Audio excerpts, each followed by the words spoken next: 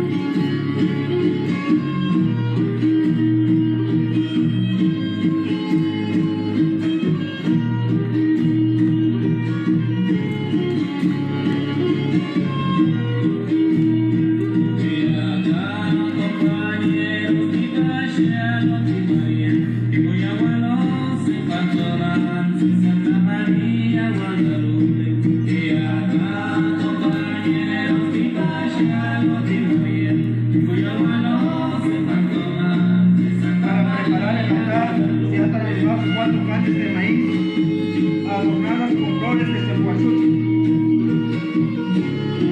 Se coloca en el centro la imagen del San Isidro Labrador. De igual manera, una cruz adornada con flores de cempasúchil. El saumerio, con cuatro y velas.